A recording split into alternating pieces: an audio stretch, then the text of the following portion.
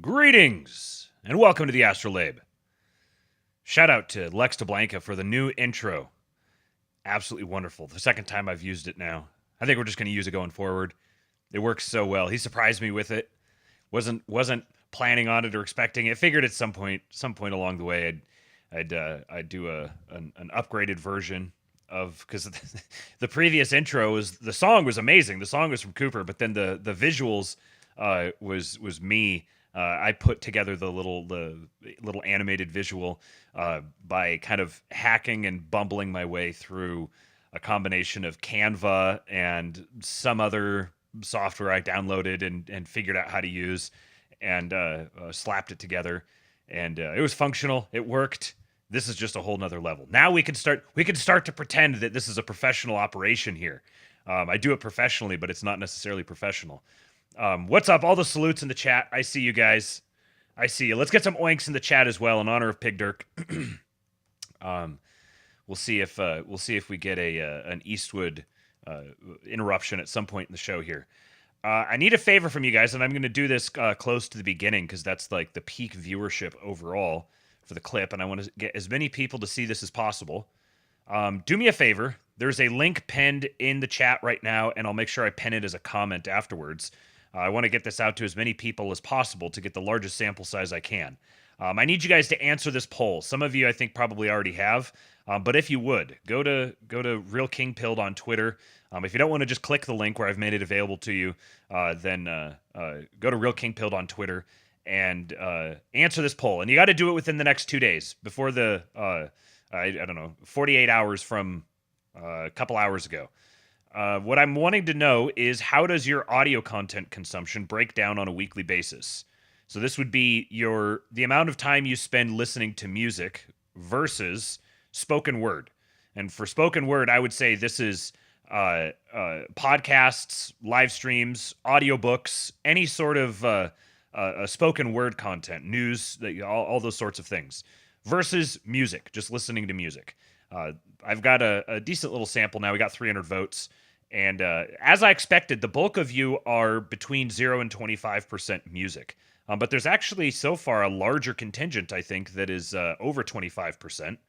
Up to, let's see, what is that? If I can do this math in my head, 29%. So we got 29% of people who more than 25% of their audio content consuming time is spent listening to music.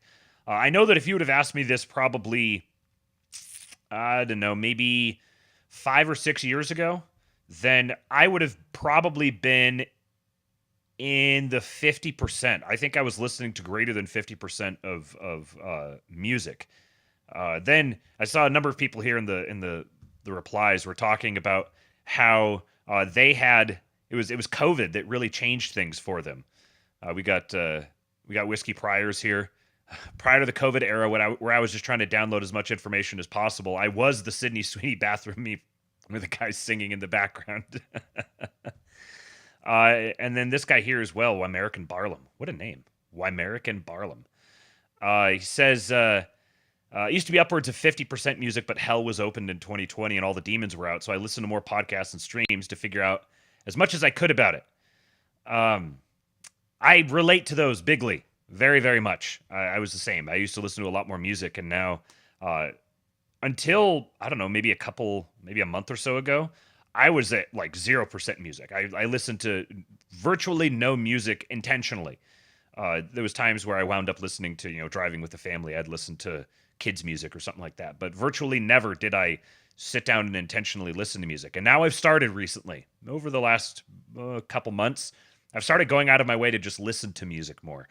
And I can feel it. I can feel I don't know, I'm someone who does like, my whole thing is just producing spoken word audio content.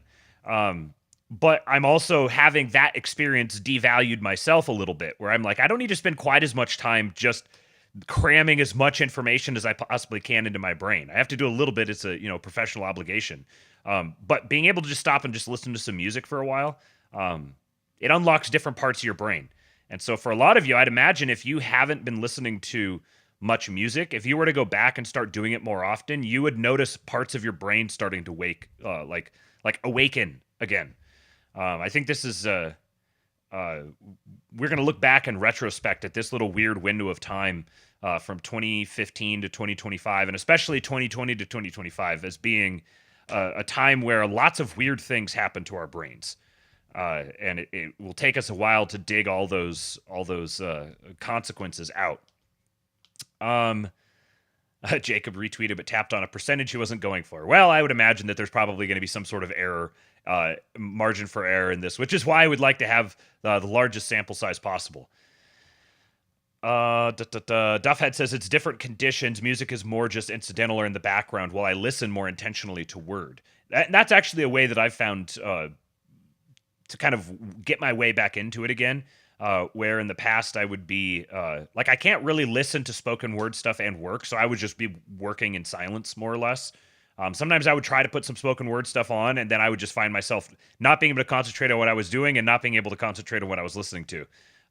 So I found that's a great time for putting music on and just working to the music. All right, let's get into it today. Speaking of music, this is one of the reasons why I try to get as much musical stuff into the ASTROLABE as I can, even though it means I demonetize every single stream. Speaking of, you can send a super chat if you'd like to support the show, or join the King Pill Discord at kingpill.com. That'd be the best way to support the show. Which also reminds me, if I start chaining some thoughts here together, that also reminds me we're going to be doing the schizo stream / movie night. We got another movie to watch, so we're going to do another King Pill movie night this week. It's going to be Thursday night instead of Friday night. Because Friday is Valentine's Day. And my wife alerted me to this yesterday. I'm very grateful that I have such a gracious wife who will prevent me from stepping on a landmine before I get to it. This Friday is Valentine's Day. So we're not going to be doing the schizo stream or / movie night. We're going to be doing it on Thursday night. And as of right now, unless there's some popular outcry, my plan is that we're going to watch There Will Be Blood. We were going to watch There Will Be Blood last time, and then popular outcry got Starship Troopers to happen, which was great. We had a great time sitting there chatting while we listened or while we watched, and then hung out and talked for a while afterwards. So this week it will be There Will Be Blood until or unless someone suggests something else. So yeah, kingpill.com, best way to support the show. Also, there is a Buy Me a Coffee link and a Cash App link in the description. If you'd like to hit those up, it's very much appreciated. I don't like talking about this all the time, but I am doing this professionally, and I need to be able to pay some bills. I need to be able to take care of the family. So to whatever extent you guys can support the show, it's very much appreciated. I'm in awe that people are willing to pay for what they are willing to pay for. So it gives me the extra motivation to make sure that I'm cranking quality out and being as consistent as possible. So thank you all for your support, and those are the ways that you can support if you would like to. All right, let's get this going here from the three pickup music man, a Depeche Stove.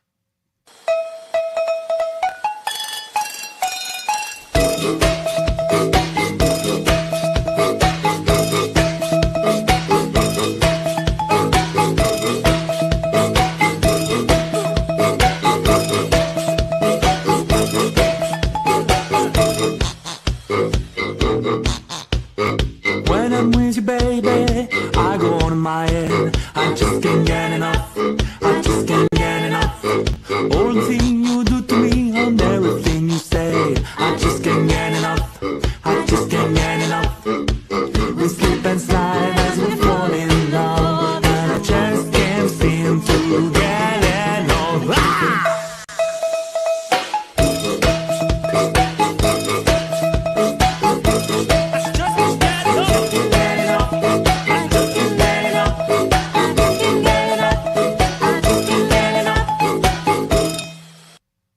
I mean, whomst among us doesn't get together with your friends and start a Depeche Mode cover band with kitchen utensils? I mean, this is what we all do, right? A little bit more slop here. When trusting wifey goes wrong. These are a guilty pleasure of mine.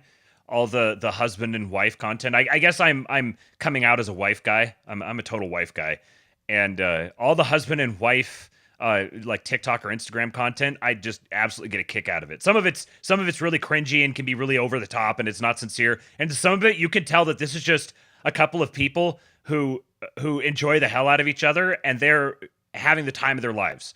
And it's so I enjoy watching that. This one here had me in stitches. I played it for my wife last night, and we were cracking up. Such a wholesome experience. She asked me, she's like, "Would you trust me?" And I was like, "Hell no. There's not a chance in hell. I would not trust you." I trust my wife. I just aim for the...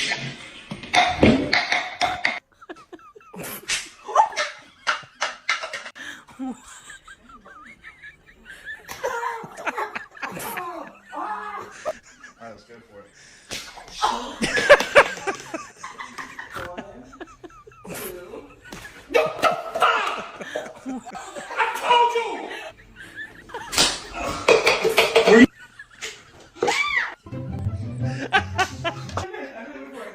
You went for Wife.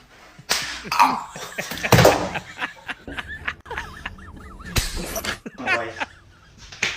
Fuck! God damn it! That's me. That would be me. No to visto. No. Ay! Trust my wife. Oh, not.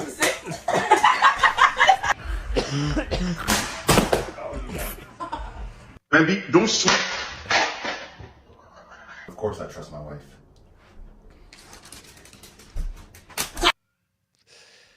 I don't.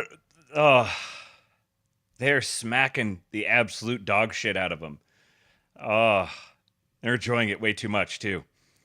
Shout out to Stephen Limbaugh. Speaking of unlocking parts of your brain with music, this is the guy who is in the process of writing the symphony for the 250th anniversary of the nation. And so I've been following him because of that, keeping up with. You should be following him. That's Stephen Limbaugh on Twitter. He posts regular updates on the way he's thinking through putting it together. Absolutely recommend following him. He posted this. He said, "Nobody ever competently set the text of the American Pledge of Allegiance to music. So I did. Vocals by the outstanding Tim Davis."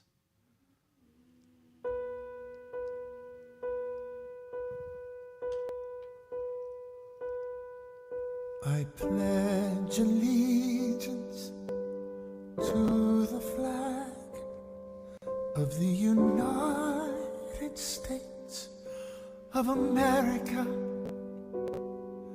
and to the republic for which it stands, one nation under God, indivisible, with liberty and justice for all.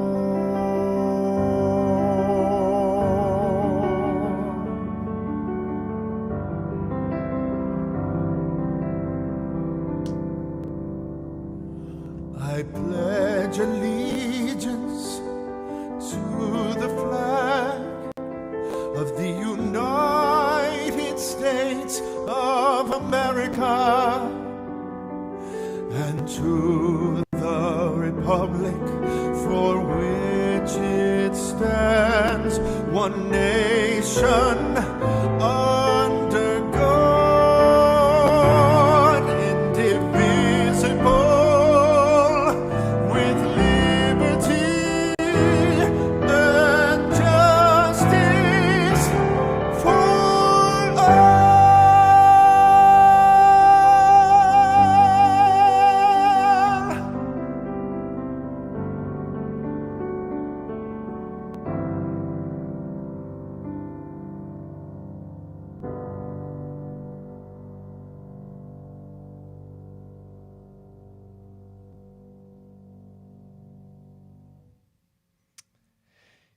You know, I've always found the Pledge of Allegiance a little bit, well, that's not true, not always.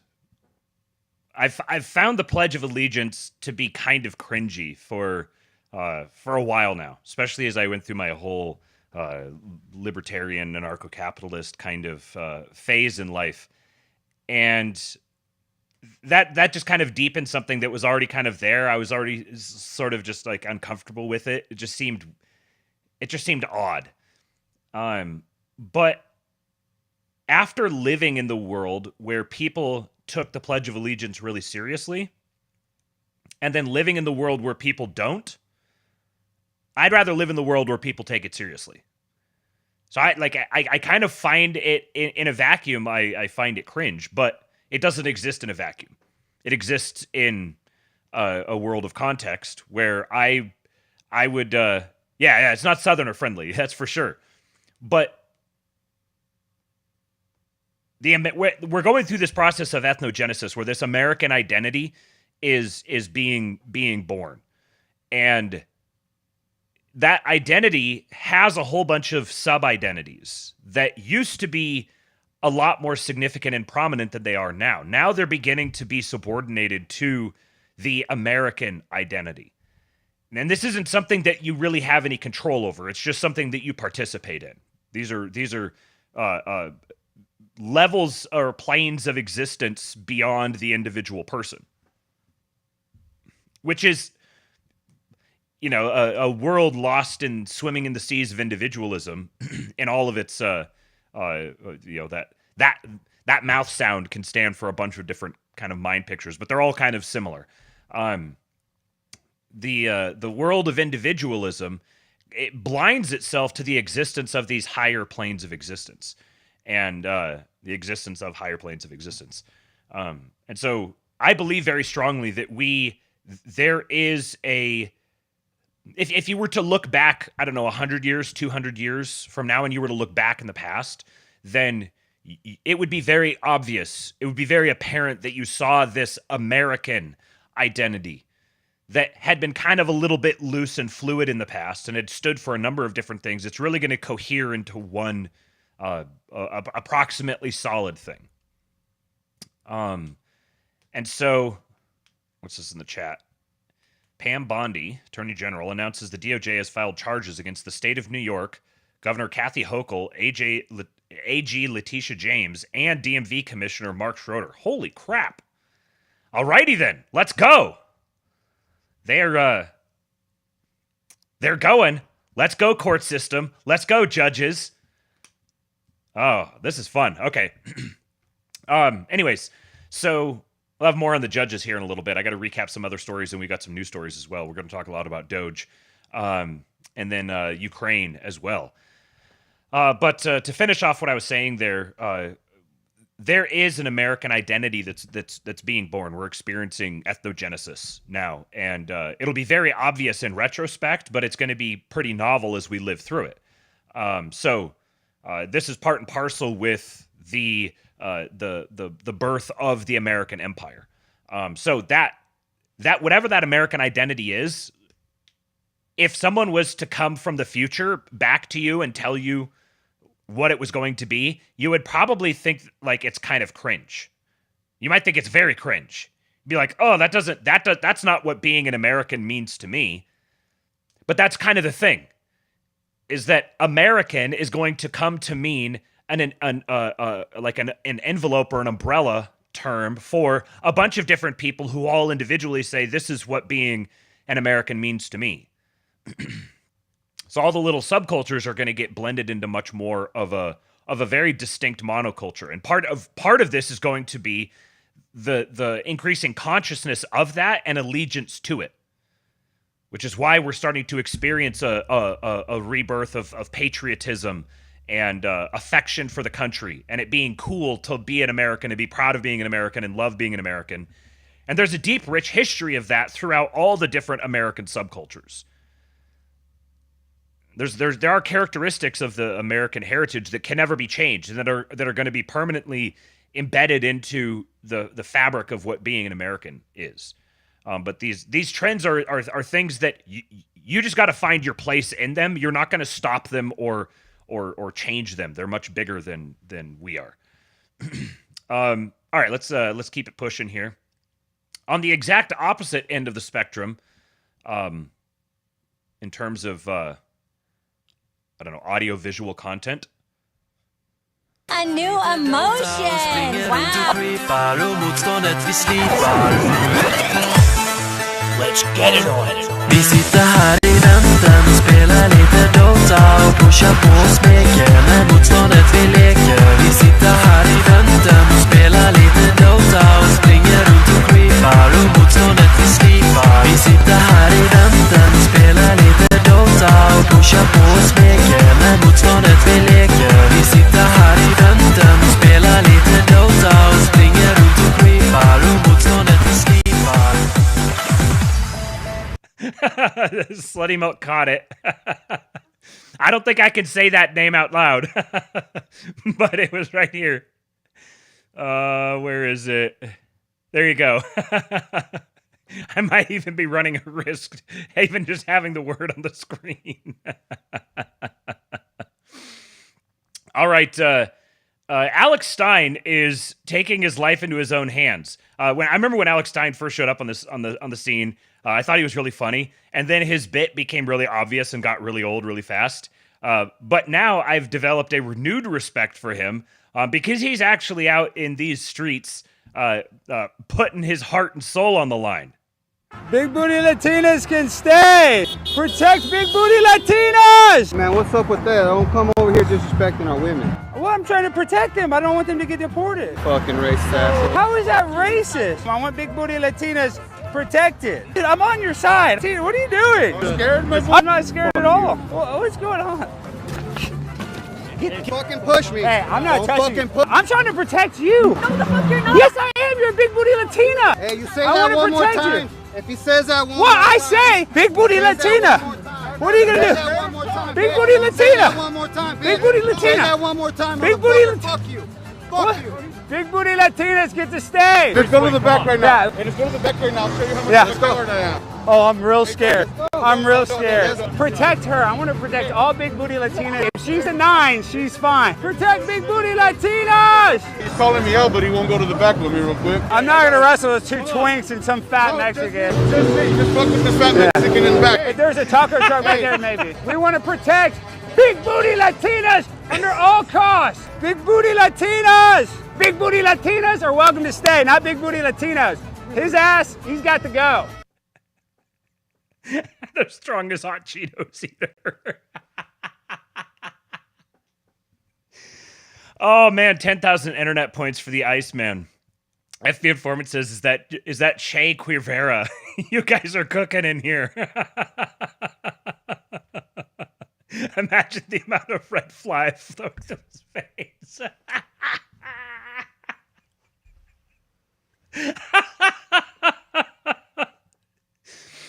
Oh man, if you want to get the white ladies on board with the mass deportation efforts, you just need to get more white dudes out here advocating for all the big booty Latinas to stay. He's got to be careful. This is yeah, I would not be surprised to see him catch a knife or a bullet if he keeps this up. Speaking of big booty Browns, Director of National Intelligence Tulsi Gabbard sworn in by Attorney General Pam Bondi. There she is. And I find it interesting, in almost all of her public appearances lately, she's been wearing this white pantsuit. And now where she's being sworn in, she's wearing black. I wonder what that symbolizes. She basically campaigned for this position as like the white lady, and now she's being sworn in all black. Very, very interesting. So Mitch McConnell's corpse voted. Yeah, see there's her in her white pantsuit. So this is the image that she's been casting for a long time. That's an incredible grok photo. This is the image she's been casting for a long time, and but now it's time to get to business. Dark MAGA indeed. From the sound of it, RFK will be is going to be confirmed on Thursday, and then I'm expecting all of these to go through. I've always expected them to get through, and would be surprised at the ones that don't, just because of the state of. There's like the appearance of political power on the surface, and then there's the actual political power underneath. And on the surface, it's like, oh, this is really tight. This is really close. It could go this way or it could go that way. But underneath the surface, it's like, no, Trump's going to get his cabinet. He gave up his token person, Matt Gaetz, and he's going to get his cabinet. It's just a matter of time. And especially for these important ones like Tulsi, like RFK, like Kash Patel. Like those are non-negotiables. The negotiating that's happening is in the how long we're going to push out the nomination before they get in and start getting to work. That's what's being negotiated. How much are we going to be able to, like, how much of a head start are we going to be able to get on trying to get away with stuff and hide things and bog the situation down as much as possible, create as much institutional inertia as we can before they actually get in. So I'm expecting RFK will come through on Thursday, and then Kash Patel should be shortly thereafter. And notably, who is the person who are the ones who are getting dragged out the longest? That should signal to you both which people are the most threatening and where there is the most to be protected from the perspective of the regime. So the people who they fear the most, which also signifies their perception of how serious the Trump administration is with these people, how much of it is actual legitimate, like we're going to fucking kill you, and how much of this is bluster. It seems very clear that the regime absolutely thinks that Kash Patel and Tulsi Gabbard and RFK are coming in to, as the kids say, fuck shit up. And so they're getting dragged out as much as possible. And then they're going to get in there, and things are going to go nuclear. So things have been pretty wild for the last 3 or 4 weeks. And this is before the big dogs have even gotten situated to start hacking away at things. So we are just getting started, folks. Then Kristi Noem here says, so far she's been great. I mean, I think this is kind of continuing at the trend of like Trump's thing where he likes to hire hot women and put them in certain positions, and then they just have to be competent in that position, and it gives this overall like aesthetic boost of legitimacy. That's part of, I think, what factors in with this focus of having hot women here. But Kristi Noem, who I see as basically just kind of a figurehead, she's there to be a hot face and just do whatever she's told, which is perfectly fine for DHS. But so far she's been great. She's been her optics, I think, have been fine. Hasn't stuck her foot in her mouth anywhere. She has been able to immediately place her name at the front on all of these things, taking action on various things like this here. She says, I've clawed back the full payment that FEMA deep state activists unilaterally gave to New York City migrant hotels. FEMA was funding the Roosevelt Hotel that serves as a Tren de Aragua base of operations and was used to house Laken Riley's killer.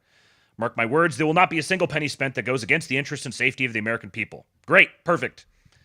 Just fine. This is all we need out of her.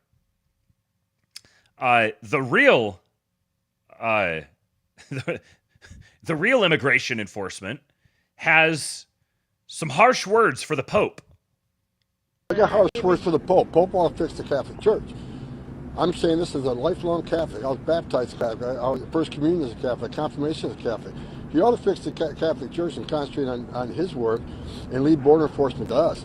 He wants to attack us from securing our border. He's got a wall around the Vatican, does he not?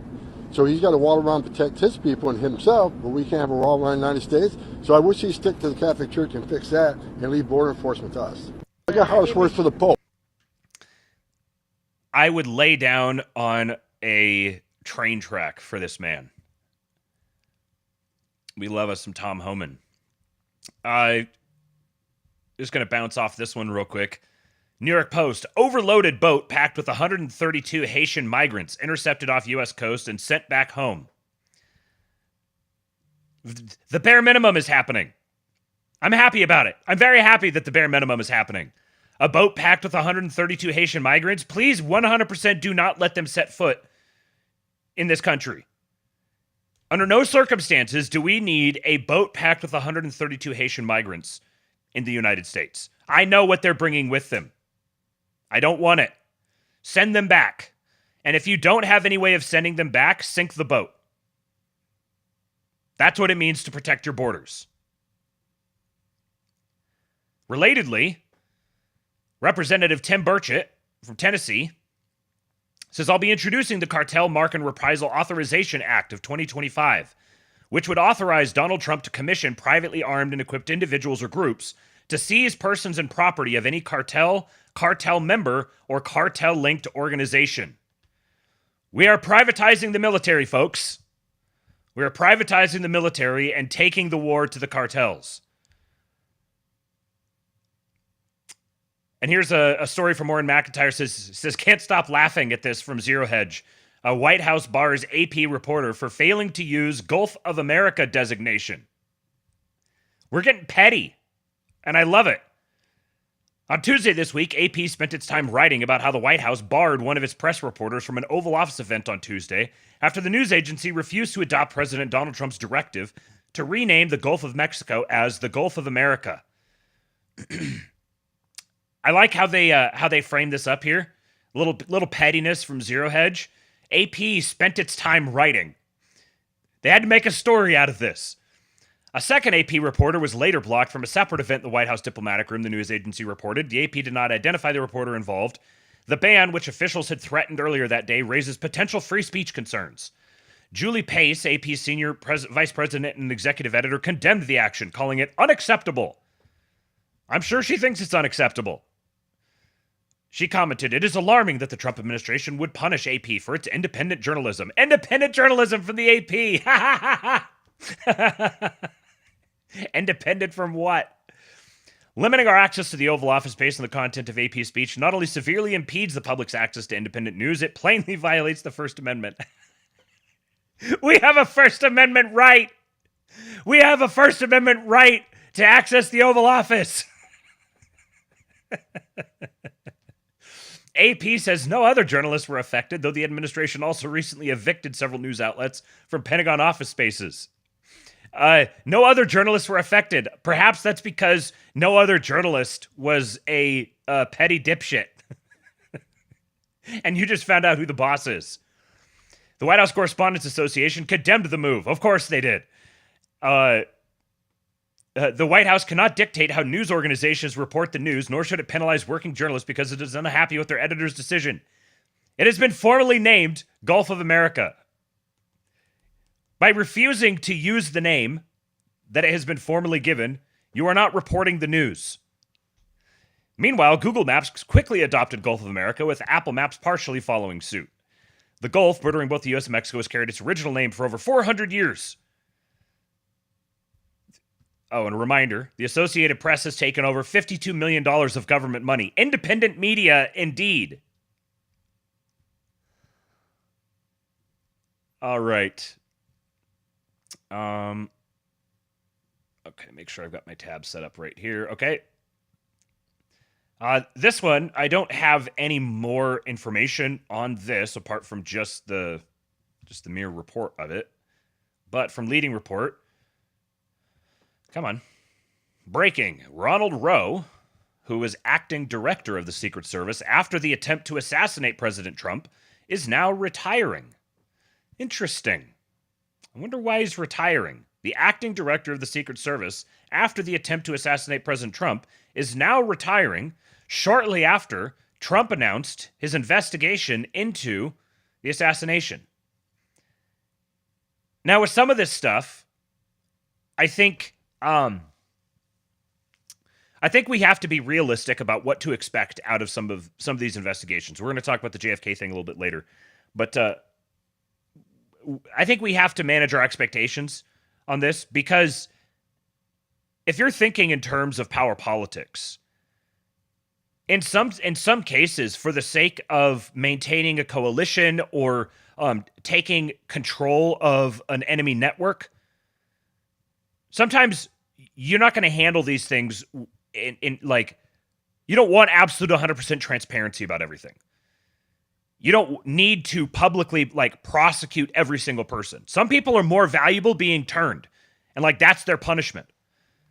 Their punishment is that they get turned, they're a made man, and they get blackmailed for the rest of their lives. That's the punishment that they get. And prison is held over their heads. So with some of these guys, I'm sure that they're in the process of prosecuting these sorts of crimes. It isn't essential that every single person who was party to that crime in some capacity be appropriately prosecuted. There's absolutely utility in leveraging people to step down or to be removed in some capacity, or to turn and to start working for you because you've got a manila envelope for them. So some of these guys, like this guy could be implicated in it, and he retires, and they let him retire, and they let him go in return for him turning over information or, rolling on co-conspirators. And that doesn't necessarily have to be an open, formal agreement. Someone just met him in a back hallway and handed him a manila envelope, and he knew what he was supposed to do. It also could be that this is unconnected altogether, that he's a good guy. I don't know anything about him. I wasn't able to go look through details on this, but it's possible that he wasn't involved in this whatsoever. He was just the unlucky bastard who wound up getting put into the acting position when the other one was fired or resigned, or I don't remember what she did. And he's just a good dude, but he's like, I don't want to be involved in this anymore. I'm getting out of this, and I'm going to take the retirement offer now and move on with my life. I don't know. I don't know any details about him, but I saw it come across my timeline, so I wanted to mention it today. This one is much more suspicious looking, I would say. Longtime NIH Deputy Director Lawrence Tabak, no idea, just abruptly retired. This comes after RFK Jr. secured enough votes to be confirmed Secretary of the HHS. So, news breaks that RFK has the votes to be confirmed on Thursday, and the longtime NIH Deputy Director suddenly retires. Bobby is coming. And this is the guy, back in May, the principal deputy director of the NIH confirmed that Anthony Fauci committed a federal crime by providing false testimony to Congress under oath. Depends on your definition of gain of function research. If you're speaking about a generic term, that the yes, NIH we did, has not ever and does not now. But this is research. The generic term is research that goes on in many, research many labs around the country. It is not regulated.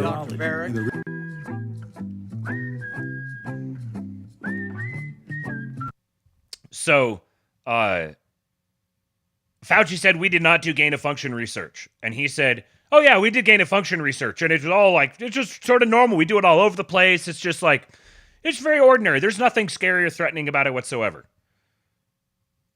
That, I'm on the record saying that there's going to be perp walks. And there's going to be high profile perp walks. I don't see any way around it.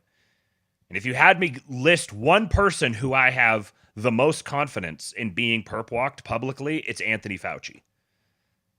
There's so many. He is like he's kind of like Jeffrey Epstein in the sense that he's like one person that once you start Once you start pulling on him, you get all these other different things get swung open. And then obviously there's a lot of overlap between Fauci and Epstein. So I think there's just, I don't see, the only way I see him possibly not getting perp walked is if he doesn't live long enough to be perp walked for one reason or another. Speaking of perp walks, we've got this, whoops, go back, from, come on, Natalie Winters. Exclusive. I've unearthed footage from 2021 where the judge blocking the Trump spending freeze accuses Trump of being a tyrant, claims racism is a white people's problem, and insists transgenders need special sentencing privileges. This is an activist, not a judge. So this now here is the fight that these activist judges have picked. This is not a good fight for them to pick. It's much better if the regime apparatus, it has them insulated such that they don't get put in a position where they have to pick a fight like this, because these guys are dirty as all hell. They're quite literally criminals whose job it is to determine who is and who isn't a criminal. This is the worst type of corruption. Crooked judges are I can't think of a class of people that is worse than crooked judges. And they are all over the place. And now, because the Trump administration has penetrated so deep into enemy territory, they're having to put up defenses that are going to ultimately compromise them significantly in the long run. Because now all of these dirty judges are putting themselves under a microscope, and all of these independent media outlets that it just so happens now have a direct access to the White House, all these independent media outlets are dedicating their time into digging into all of the corrupt judges, which means every single one of them is now going to be facing an impeachment manhunt breathing down their neck. So here's some clips of this guy. This is a where is he? I think he's Rhode Island. He's a district court judge. Through government actions, when you're sentencing someone, when we talk about sentencing, that you have to take a moment and realize that this, middle-class white male, privileged person needs to understand the human being that comes before us, that may be a woman, and may be black, may be transgender, may be poor, may be rich, may be whatever, may have experiences that aren't yours, and you have to walk in their shoes and understand that the law applies to them where they are, and then you have to apply the law accordingly. So another one. So what's happened over the last 4 years or so, and at other times in our country's history, going back to the Civil War and Reconstruction and Jim Crow laws, the civil rights, and during the last 4 years, is that the values that we live by, the constitutional values that form the basis of our country, have been tested, and our institutions have been tested in ways that I don't think a lot of folks thought would survive. It got tested in the 1800s by a war, and we survived the war. Sometimes well and sometimes not so well, but that's for another story. So what we saw the last 4 years, in my mind, was a new testing of it. And how I think about it is, it's like a balloon, and you're blowing up a balloon, and you keep pushing that air in. Well, at some point the balloon's going to pop, right? And it feels like over the last 4 years, with the challenges that have occurred to the rule of law in this country, that we came very close to that balloon popping, where courts stand and enforce the rule of law, that is against arbitrary and capricious actions by what could be a tyrant or could be whatnot. We saw plenty of examples of that recently. And it enforces our values in a legal sense of the Constitution. And it's that reason that, and we saw, and there are plenty of examples over history And there's plenty of examples over the last 4 years where courts stand and enforce the rule of law. That is. He insists that it's okay for judges to let personal opinions influence their decisions. So too often, to really understand this, we fall back on kind of a stereotypical comment that judges should have no opinions and whatnot. And that's just not true. If that were the case, we would have computers run our justice system, and we would input this and we'd input that and we'd input this. What an interesting comment. Having computers run our justice system. We'd spin the wheel and out would come the proper decision. But that's not how justice works, nor should it work like that. I particularly those people that know me know I have opinions. I have opinions about a lot of things. Some are relevant. He was on the finance committee for a Hillary Clinton campaign, a six-figure Dem donor, and a Planned Parenthood board member. Judge McConnell also established a diversity, inclusion, and racial justice committee on his court.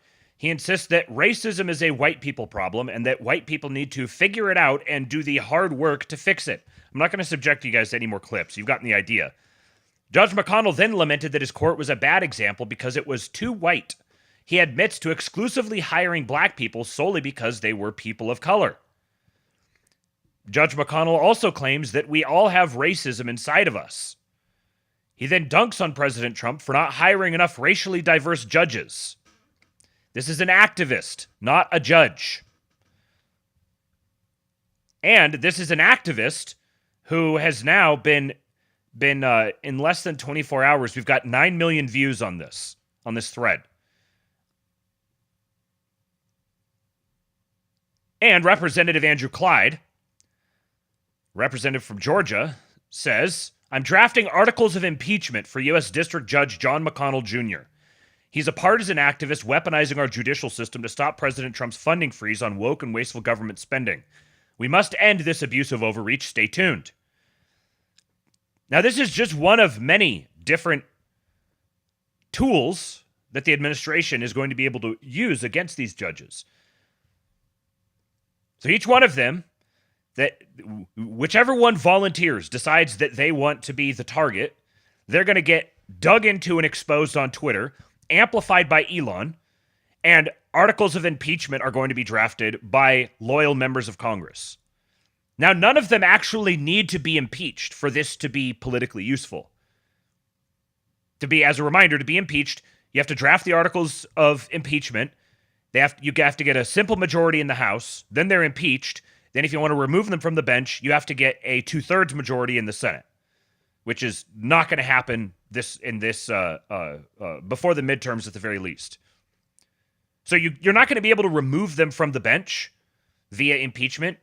You might be able to impeach them, but just having the impeachment hanging over them effectively means that their legal career is over.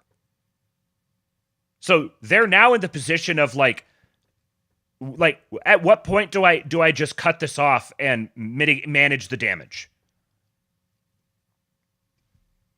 And this doesn't even get into the ways they can lawfare them to death outside of impeachment, with the knowledge that eventually this is just going to wind up at the Supreme Court. And you know that Clarence Thomas is absolutely champing at the bit to start getting these on their docket to address.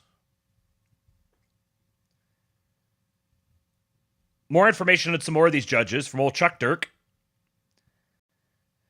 The judges blocking President Trump's agenda of sweeping nationwide injunctions include Judge Angel Kelly, who says the American judicial system is filled with systemic racism, took part in a judicial exchange program with Communist China, and said a police officer could be suspended for criticizing George Floyd.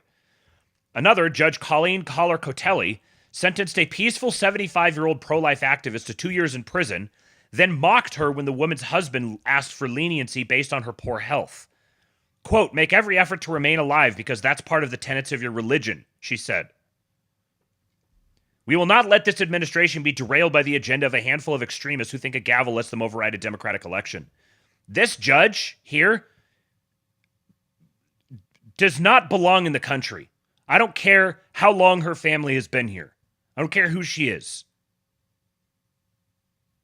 She needs to be banished. You as a judge, you do not get to behave this way. A 75-year-old woman who was sentenced to prison effectively for praying outside of abortion temples. Her husband asked for leniency, said he was afraid she was going to die in prison, and he even asked if he could. I can't remember if it was asked if he could serve the sentence with her or serve it instead of her. And the judge was just massively disrespectful and just appalling. I can't actually say out loud on the internet what should be done to her. So I'll also just leave it at she needs to be banished. Was there any more in this thread? No.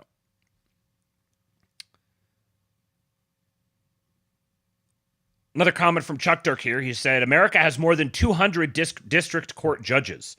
It is not sustainable for every random district judge to think their gavel gives them veto power over a presidency. This is a looming major crisis. Now, I don't think it's actually that much of a crisis.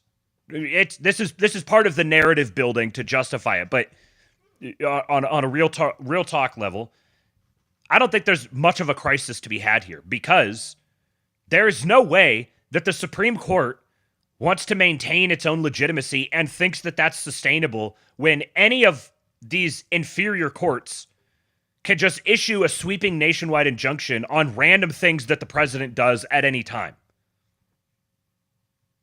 It's just diminishing the importance or the gravity that the Supreme Court holds. So as an act of self-preservation themselves, they're going to want to tamp down on this. And this has been basically like getting a district court judge to issue an injunction has been essentially a key platform piece of the regime's opposition to Trump from the very beginning. Without that power, their ability to oppose him is diminished massively. And the Supreme Court has their own vested incentive in eliminating this or severely constraining this capacity. Mike Lee, sitting senator, says Congress needs to restrict the authority of a single district judge to issue nationwide injunctions against the U.S. government, working on legislation to do that. This was funny from Crusader Pepe. Says the 3 stages of radicalization. First, you have IO says, I think doing stuff that limits or abolishes DEI, but doing it within the proper scope of presidential and congressional authority is a very good idea. But doing it while exceeding that authority is a very bad idea. And then Chris Rufo said, yes, I would not support waterboarding the members of Yale's DEI department, but I do support dismantling it through strong enforcement of existing civil rights law. And Orrin McIntyre says, let's not be hasty and rule anything out. Crusader Pepe says, as a centrist, I think we should leave our options open. Exactly. There's nothing radical about this. I'm a very reasonable, even-tempered, extremely normal centrist. And we need to keep all of our options open. Waterboarding Yale's DEI department, you can't rule it out.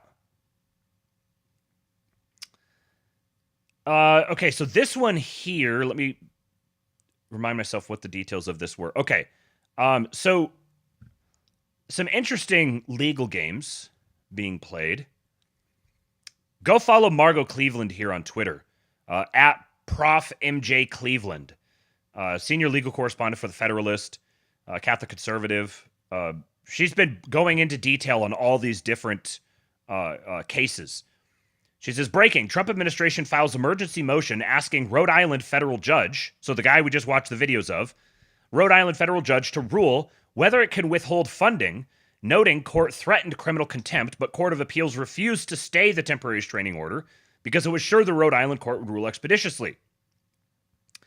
So they say in recognition of the court's February 10 order, which threatened the defendants with criminal contempt should they violate the plain language of the court's orders, that is, February 10th was when he said, hey, I ordered you to unfreeze all the federal funding that you had frozen, and I've noticed that you haven't unfrozen some of it, so now you need to unfreeze all federal funding altogether.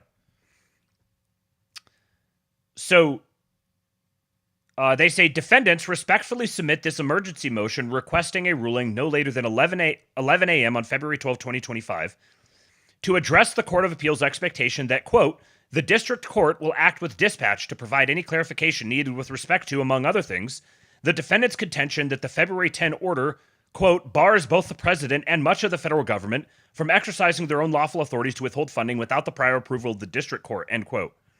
And in light of the plaintiff's position that the February 10 order, quote, does not stop defendants from limiting access to funds without any pre-clearance from the district court on the basis of the applicable authorizing statutes, regulations, and terms.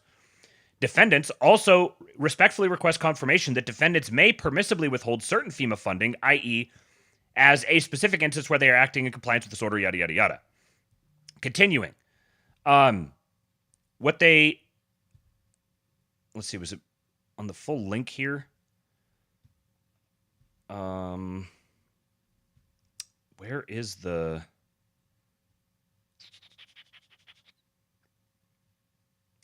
okay. It was down here further in the thread. Hang on just a sec. Here it is. So this is from, I'm going to read you guys this whole thing. This is from Cameron Hamilton, the guy who is the acting FEMA director right now. I posted or played a video or showed some pictures of him on a past episode where he was down meeting with the people in North Carolina. And he issued this. So what's happening here is the administration is concern trolling this federal judge. That's the long and the short of it. So he says, I, Cameron Hamilton, hereby state as follows. I am the senior official performing the duties of the administrator, Department of Homeland Security, Federal Emergency Management Agency. The senior official performing the duties of the FEMA administrator is the DHS official responsible for being the principal advisor to the president and the secretary for all matters relating to emergency management in the United States. Since being sworn in on January 25, 2025, the Secretary of Homeland Security has issued a number of written and verbal directives regarding payments made by the Department of Homeland Security, all of which were designed to ensure that any payments made by the department are consistent with law and do not promote fraud, waste, or abuse. One such directive is attached as Exhibit 1. Consistent with those directives, the department has been reviewing a variety of grant programs to ensure compliance with all grant conditions. Every grant issued by the department requires compliance with applicable federal laws.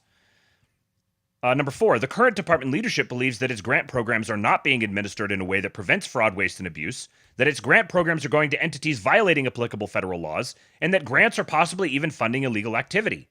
Given the time-sensitive nature of this request, I'm discussing the Shelter and Services Program as an illustrative example. The Shelter and Service Program is supposed to provide temporary shelter and other services to aliens released from custody. As of today, the department has paused funding to the Shelter and Services Program based on significant concerns that the funding is going to entities engaged in or facilitating illegal activities. For example, a substantial portion of Shelter and Services Program money goes to funding alien housing at the Roosevelt Hotel in New York City. According to media reports, the vicious Venezuelan gang trained... According to the same reports, these crimes include gun and drug sales as well as sex trafficking, which can reasonably be presumed to be conducted in the hotel itself. One of the groups responsible for these activities refer to themselves as Diablos de la 42, which means the Devils of 42nd Street, a street where the Roosevelt Hotel is located. Notably, the alien who murdered Lake and Riley stayed at this hotel, which is funded by payments from the department. I am aware of criminal investigations into many of these activities, but I have been informed that these details are law enforcement sensitive and should not be shared in a public declaration. Despite all of these issues, absent an exception from this court, and with confirmation this funding pause based on the terms of the award falls within the court's order, the department would be required by the court to make payments to fund the housing of aliens in this hotel and likely fund criminal activity. In addition to the crimes mentioned above, I am concerned that entities receiving payment under this program may be guilty of encouraging or inducing an alien to come to, enter, or reside in the United States in violation of law, transporting or removing illegal aliens, harboring, concealing, or shielding from detection illegal aliens, or applicable conspiracy, aiding or abetting, or attempt liability respecting those statutes. On its face, the program funds sheltering and transportation for unauthorized aliens, and a previous Officer of Inspector General report concluded that DHS grant recipients used funds from a similar program to provide service to clandestine aliens who never had an encounter with the department. Based on the above-described concerns of illegal activity in connection with the performance of this award, FEMA paused funding for this award. FEMA is required to administer its grant awards so as to ensure that federal funding is expended and associated programs are implemented in full accordance with the U.S. Constitution, applicable federal statutes, and regulations. The terms and conditions of the award allow the department to suspend the grant to terminate the award for a failure to comply with the conditions of the award or applicable federal statutes. And so basically, with all of this, says he's not perjuring himself, yada, yada, yada. So he's saying, I would like to comply with your order, but I just want to confirm with you that in complying with your order, we are going to be directly funding this criminal activity. So please give us a statement on the record saying you must continue funding this illegal activity. Please destroy your credibility even further. Or you have to grant that the executive has the authority to freeze funds based on the suspicion that they're going toward waste, fraud, and abuse. So they basically put the judge into a trap where he's going to be forced to move from his position because the judges are essentially standing here as a blockade. They're not going to be able to, they know full well that they're not going to be able to sustain this. They're just trying to they're like, you know, you're running out of the room and you're knocking chairs and boxes and stuff down behind you to get in the way of the people chasing you. They know full well that's what they're doing. So with this, the Trump DOJ that's prosecuting that's going through the process of litigating this, they basically laid a trap for the judge and they forced him. I haven't seen the outcome from this. I haven't been able to dig into that story yet, but as of yesterday afternoon, evening, they presented this here and said, all right, your move. Which, let's see, Margot Cleveland here says, this illustrates how ridiculous the temporary restraining order is. The federal court barred the Trump administration from freezing any federal grant, yet every grant has conditions, and that's between grantor and grantee, and should be a separate lawsuit where plaintiff establishes it would violate grant or law to cancel. If the court prohibits Trump from freezing this spending, look for the appellate court to rethink its stay, and if not, Trump is going to the Supreme Court. And this guy says, that's honestly forcing the hands of the lower courts to rule so that it gets to the SCOTUS sooner. It also shows how out of touch these lower courts are and how they are trying to legislate from the bench and also taking an executive action that is not their responsibility to do. So they're forcing the judge to move. And by filing this in the way that they did, you can tell this is like a performative demonstration that the administration wants one of these cases to get before the Supreme Court as soon as possible. So let's get some DOGE stuff here. Yesterday, I mentioned at the end of the show this new DOGE executive order. We'll talk about that in just a minute. But there was a press conference. Geiger Capital says this is one of the most incredible political press conferences I've ever seen. Trump and Elon standing in the Oval Office, telling the American people directly what they are doing. Basic financial management of our out-of-control spending. And you've got little X down here who is climbing around. And note the way that this press conference is being held. You have Trump here. Trump is the ultimate head. He's the executive. He is the authority. He's the most powerful man in the world right now. And he took some questions and he answered some stuff and he signed the executive order. But Elon is the one who's standing up next to him. Trump is sitting down quietly listening as Elon is standing and Elon is fielding the questions. And what's happened here that I don't know how intentional this was or how much it's just kind of worked out this way because you've got competent people working. But Elon it turns out Elon actually isn't competition for Trump. Elon is protection for Trump. Because by taking all these slings and arrows the way he is, by being the foremost representative of the administration on the DOGE issue, and being a super wealthy billionaire with a whole bunch of government contracts and all this, like a lightning rod for controversy, it actually allows Trump to step back, which makes him even more authoritative. It's even easier for him to manage the public impression of him just being, I'm just the executive. I'm here. I've delegated my people to do their jobs, and there's no conflicts of interest or anything. If there's not a good feedback loop from the people to the government, and if you have rule of the bureaucrat, if the bureaucracy is in charge, and then what meaning does democracy actually have? If the people cannot vote and have their will be decided by their elected representatives in the form of the president and the Senate and the House, then we don't live in a democracy, we live in a bureaucracy. So it's incredibly important that we close that feedback loop, we fix that feedback loop, and that the public's elected representatives, the President, the House, and the Senate, decide what happens, as opposed to a large unelected bureaucracy. This is not to say that there are good people who are in the federal bureaucracy, but you can't have an autonomous federal bureaucracy. You have to have one that is responsive to the people. That's the whole point of a democracy. And if you looked at this, if you asked the founders today and said, what do you think of the way things have turned out? Well, we have this unelected, fourth unconstitutional branch of government, which is the bureaucracy, which has, in a lot of ways, currently more power than any elected representative.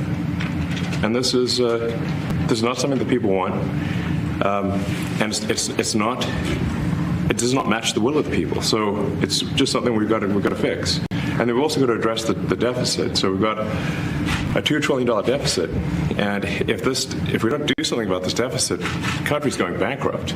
I mean, it's really astounding that the interest payments alone on the national debt exceed the Defense Department budget, which is shocking because we spend a lot of money on defense.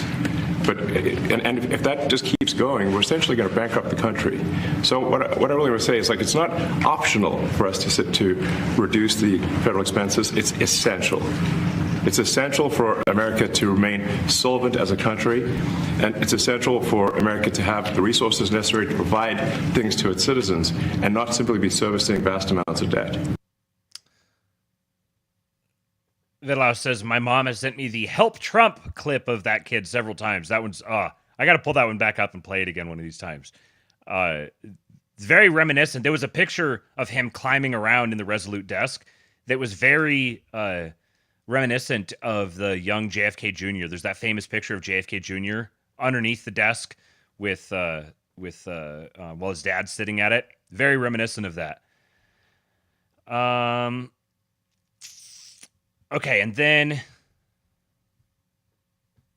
I've got some more up here. If there's not a good feed. This one. The visuals of this, the memes are just next level. Let's listen to Elon describe it, and then we're going to look at some pictures. You know, one of the things is, like, we are trying to sort of right-size the federal bureaucracy, just make sure that this, obviously there need to be a lot of people working for the federal government, but not as many as currently. So we're saying, well, okay, let's, if people can retire, you know, with full benefits and everything, that would be good. They can retire, get their retirement payments, everything. And then we were told, this is actually, I think, a great anecdote, because we were told the most number of people that could retire possibly in a month is 10,000. We're like, well, why is that? 10,000. Why can't you retire more than 10,000? Prior to this, if before the election, you've been talking about having to fire all these federal employees. Someone was to tell you, oh, there's actually a 10,000 a month cap on the number of federal employees that can be fired. It's like, well, that's bullshit. You got to get rid of that cap. Well, turns out that cap might be a little bit harder to get rid of than you might think. Well, because all the retirement paperwork is manual on paper. It's manually calculated, then written down on a piece of paper. Then it goes down a mine. And like, what do you mean a mine? Like, yeah, there's a limestone mine where we store all the retirement paperwork. And you look at a picture of this mine. We'll post some pictures afterwards. And this mine looks like something out of the 50s because it was started in 1955. So it looks like it's like a time warp. And then the speed, the limiting factor is the speed at which the mine shaft elevator can move determines how many people can retire from the federal government. And the elevator breaks down sometimes, and then nobody can retire. Doesn't that sound crazy? There's like 1,000 people that work on this. So I think if we take those people and say, like, you know what, instead of working in a mine shaft and carrying manila envelopes to boxes in a mine shaft, you could do practically anything else, and you would add to the goods and services of the United States in a more useful way. So the retirement paperwork for federal employees is processed in a limestone mine from the 50s. The employees here pass thousands of case files from cavern to cavern and then key in retirees' personal data one line at a time. They work underground not for secrecy but for space. The old mine's tunnels have room for more than 28,000 file cabinets of paper records. This odd place is an example of how hard it is to get a time-wasting bug out of a big bureaucratic system. Held up by all that paper, work in the mine runs as slowly now as it did in 1977. Quote, the need for automation was clear in 1981, said James W. Morrison Jr., who oversaw the retirement processing system under President Ronald Reagan. In a telephone interview this year, Morrison recalled his horror upon learning that the system was all run on paper. After a year, I thought, God, my reputation will be ruined if we don't fix this. This was 44 years ago. The trucks full of paperwork come every day, turning off a country road north of Pittsburgh and descending through a gateway into the earth. Underground, they stop at a metal door decorated with an American flag. Behind the door, a room opens up as big as a supermarket, full of 5-drawer file cabinets and people in business casual. About 230 feet below the surface, there's easy listening music playing at somebody's desk. This is one of the weirdest workplaces in the U.S. government, both for where it is and for what it does. Here, inside the caverns of an old Pennsylvania limestone mine, there are 600 employees of the Office of Personnel Management. Their task is nothing top secret. It is to process the retirement papers of the government's own workers. But that system has a spectacular flaw. It still must be done entirely by hand and almost entirely on paper.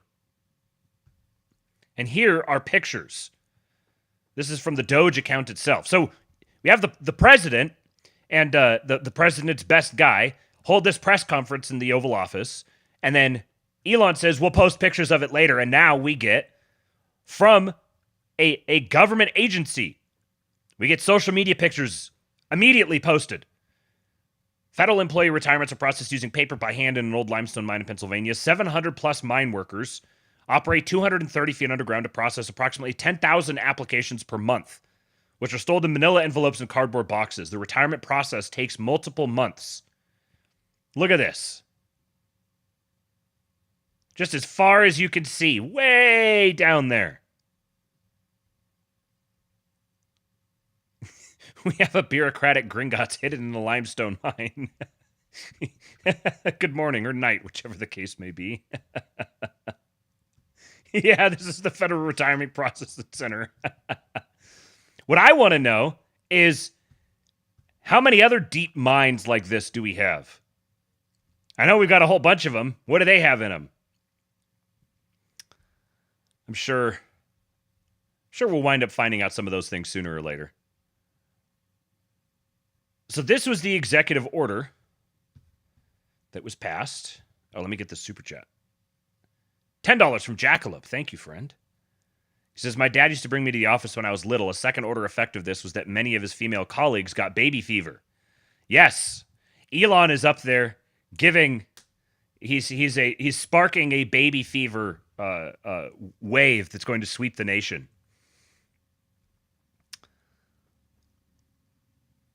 Taylor Brown says, there's something inherently unthreatening about Elon. His demeanor is that of a nerdy kid who played D&D and read comics in the back of the class. It works to Trump's advantage and Elon's. Yeah, that's true.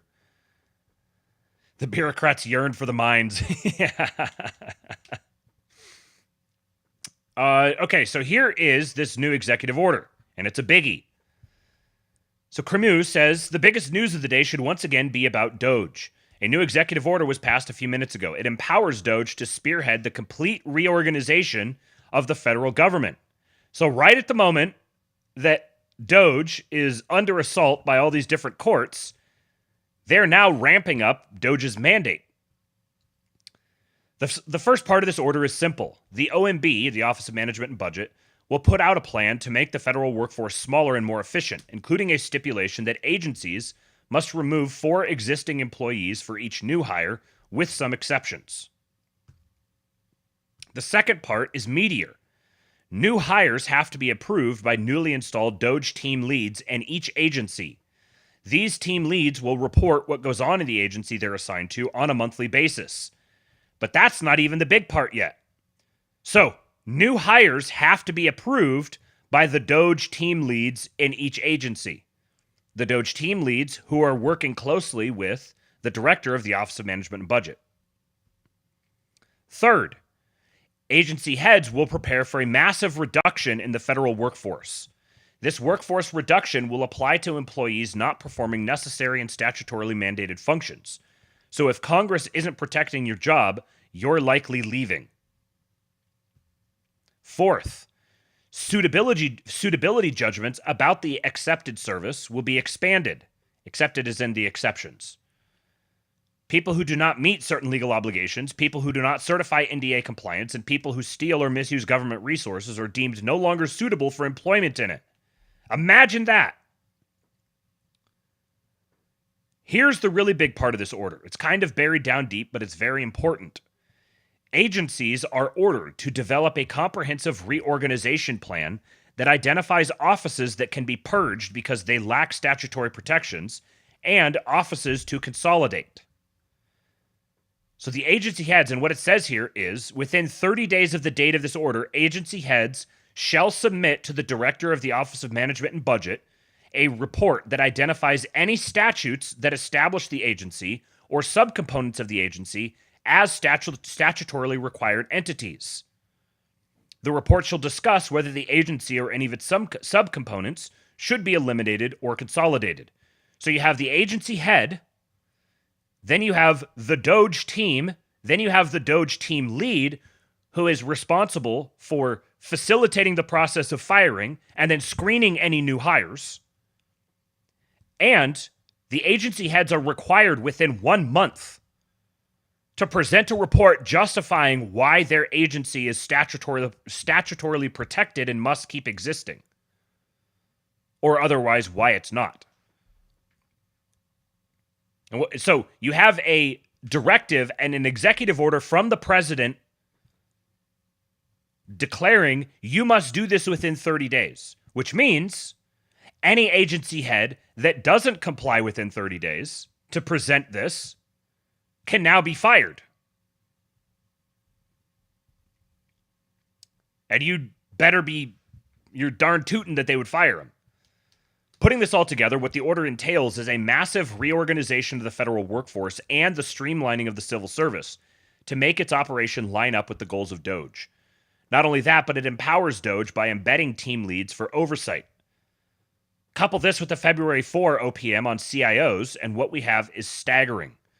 The federal government will be centralized, stripped down, and more intimately controlled by the president and his delegates, with control enhanced via DOGE.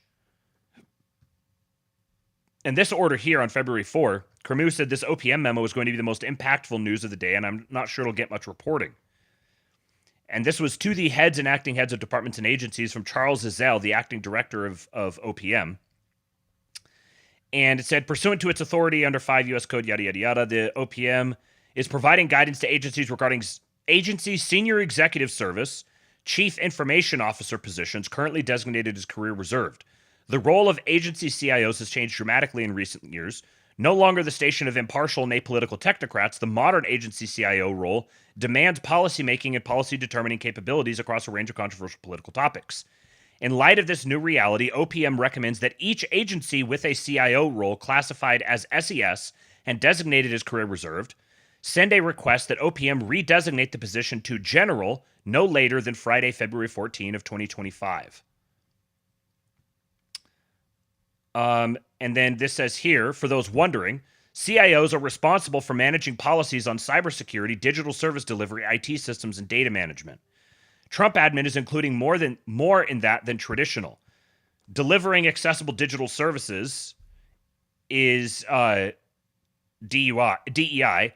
Using expensive, outdated tech is government accountability and efficiency. The real goal is that everything flows through the digital world.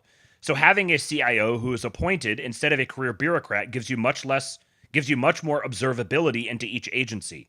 CIOs lean Democrat like all DC bureaucrats, so making this role a political appointee will give the Trump admin the kind of access to systems they've been fought on so far.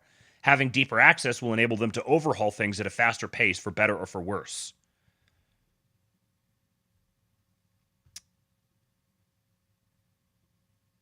Continuing with the EO from yesterday, Cremu says, this is the biggest news of the day, and it's hard to overstate just how big it is. Because the federal government has grown so unwieldy that no one can provide you with a semblance of an outline of it, measures like this may just be needed to tame the beast. Get ready.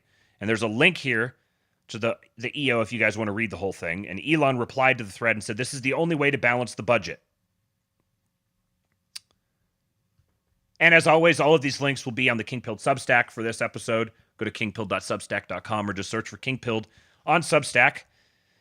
And also, when I upload it on Substack, it automatically publishes this as a podcast. So if you would prefer to listen to the Spotify or iTunes version of this, or I guess not iTunes, Apple Podcasts, then you can do that. Please leave a 5-star rating and review if you're listening on the podcast. And you'll also get all the links in the description there on the podcast. So the flailing is just too much, man. Elon says the comments on this thread are comedy gold. What is this thread? Chuck Schumer says, today, I'm calling on our brave public servants. I'm launching a new portal for anyone who wants to expose corruption, abuses of power, and threats to public safety with the legal protections of being a whistleblower. So this is from the Senate Democratic leadership, democrats.senate.gov/whistleblowers. Whistleblowers are a vital part of congressional oversight to hold the administration accountable. If you would like to submit a whistleblower complaint, you can submit it here. Here are the fields: first name, last name, organization, email, verify email, phone number, nature of complaint, retaliation, wasteful spending, fraud, criminal activity, or other, agency or organization involved, and then please explain your whistleblower complaint. Hey, they put a CAPTCHA on it, but they didn't put any limiters. From what I saw, they may have changed it, but they didn't. Initially, they didn't have any limiters on any of these fields. So you could literally put anything you want in them. Fake emails, fake phone numbers. I don't even think you necessarily need it. Let's see if you could put like, you could type, you can just type words in the phone number field. I can't remember the term for this. My nerds in the chat will have my back. But you can imagine how what's going to happen with this. I mean, if you've been on the internet for more than a day, you know exactly what happens if you're someone like Chuck Schumer and you drop a whistleblower's form on the internet, push it out on Twitter, and just like open it up for anybody to fill out anything in it. You hear the replies. Emergent Perspective says, I'd like to report a crime. Look at that guy. It is illegal to draw a picture of Chuck Schumer in the UK. I'm aware of a political party that's illegally attempting to thwart reductions in federal fraud, waste, and abuse. Elon, looking at this Schumer guy, he's definitely done crime. Molly Hemingway, thank you, I just filed mine. Nature of complaint, retaliation from the United States Senate. Ray Epps tweets. Dave Rubin tells him to report himself. He's just getting absolutely cooked. Massive corruption with over $100 billion missing in the Ukraine money laundering operation. The comments are basically just a greatest hits of evil and corruption from Chuck Schumer. And a bunch of people who are filling it out. Ligma Johnson. I was recently fired from HHS for no good reason. While naked, I ran screaming through the halls demanding that Secretary Kennedy authorize further gain-of-function research in China and mandate everyone get 10 COVID boosters. These people are just so dumb. Imagine being the poor bastard who has to sort through and filter all of the results that came through here. I mean, there's got to be how many views are on it? 37.3 million views. It's got 35,000 replies. 2,800 bookmarks. I can't even begin to describe. Like, someone is going to anhero themselves over this. Some dude has a Google sheet somewhere with all of these results populated into it, and he logged onto it and then started a shotgun. If someone's going to take out Chuck Schumer, it might be the guy who's the staffer whose responsibility it is to manage that database. Relatedly, DOGE is now, per Elon Musk, DOGE is now investigating federal employees with high net worth despite low pay. So if you remember, I shared the comment from Trump yesterday saying that they were going to be looking into people to determine how many of these federal employees had another job while being federal employees. Here's another one they're looking at. If you've got a high net worth, but you don't make very much money, we're going to be taking a look at you. Which is an oblique way of putting a horse head in Congress's bed. And Mark Mitchell from Rasmussen pointed out a day ago that over 3 times more people in D.C. are Googling criminal defense lawyer than anywhere else in the U.S. Apparently, Nebraska is number 2. Conclude from that what you will. And Douglas Mackey just looked it up and said, just checked for myself, and it's now up to 4 times. Now Indiana is second. Such an odd breakdown. They're panicking, I'm guessing. And here's one of the effects of DOGE that a lot of people I don't think have really considered enough is internationally, especially with USAID, and the role that USAID played undermining foreign governments. There's a way here in which I talked yesterday about how you can get these little micro doges in every state, and that there's other countries that are going to, there's going to be a mimetic trend that develops around Doge. And really, it started with Malay, and now they're running the same playbook that Malay did here in the United States. They've called it Doge. Branding is better, and it's being done at the highest, most transparent level possible. And so now all these other places are going to begin implementing something similar, and they can actually cooperate. And there's an angle that they have here where they can ingratiate themselves to the administration and be seen more and more as a favored ally by capitalizing on this opportunity. So the Prime Minister of Slovakia, Robert Fico, penned an open letter to Elon Musk asking for information on all grants and funding from USAID to Slovakian NGOs and journalists who may have used the funds to sabotage Slovakia. So now, it doesn't just have to be the Trump administration and its direct assets that are prosecuting these different apparatuses of the regime. Other countries can start stepping up and attributing their own assets to the project. This is what he said. Dear Mr. Minister Elon Musk, congratulations on your appointment and the decisions you make. The announced cancellation of USAID agency also affects the internal affairs of the Slovak Republic. It is undeniable that financial resources coming from USAID were also used in Slovakia for political purposes to deform the political system and favor certain political parties. In order to be able to separate useful and beneficial projects from gross interference in the internal affairs of the Slovak Republic, I consider it correct to contact you with a request to provide available information about subsidies and grants provided to non-governmental organizations, media, and individual journalists who worked and are active in the territory of the Slovak Republic. It is clear only from incomplete public sources that USAID has supported these entities with several $1 million in grants in a relatively short period of time. Dear Minister, the topic of misuse of foreign funds in Slovakia for the purpose of disadvantage of a part of the political spectrum is so serious that I am ready to meet you personally, and we could also discuss other mutually beneficial projects for Slovakia-American relations. Yours truly, Robert Fico, Prime Minister of the Slovak Republic. So, lib NGO employees are going to start getting persecuted by Eastern European countries. And you're blackpilling? Okay, let's check in on FanDuel America here for a moment. Let's see what the normies are talking and thinking about. This is from got a couple clips here from this Rogan episode. If I was to ask you what weighs more, a pound of feathers or a pound of gold, what would you tell me? Pound is a pound. You'd be wrong because Really? There's 16 ounces in a pound of feathers, and there's 12 ounces, different ounces in a pound of gold. How come? Just the way it is. So when you buy a pound of gold, you're not getting 16 ounces. You're getting 12 troy ounces. What nationality invented that? I don't want to go full Kanye here. No.